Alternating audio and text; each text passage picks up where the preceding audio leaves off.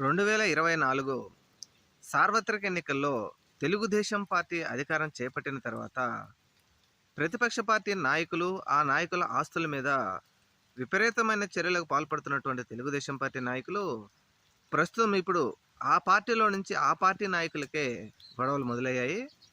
Tadipatri municipal chairman అయినటువంటి జేసీ ప్రభాకర్ రెడ్డి గారు ఒంగోలు ప్రచార కమిటీ టీడీపీ ప్రచార కమిటీ సభ్యుడైనటువంటి పెద్దిరెడ్డి గారికి ఫోన్ చేసి బెదిరించారని, స్థలం విషయంలో మా మనుషులు వస్తారు, సెటిల్ చేసుకోవాలని బండబూతులతో ఫోన్లో తిట్టాడని హెచ్చరించారని ఒంగోలు ప్రచార కమిటీ సభ్యుడైనటువంటి టీడీపీ ప్రచార కమిటీ సభ్యుడైనటువంటి పెద్దిరెడ్డి గారు ముఖ్యంగా మీడియా మిత్రుల సమావేశం ముందు చెప్పడం జరిగింది.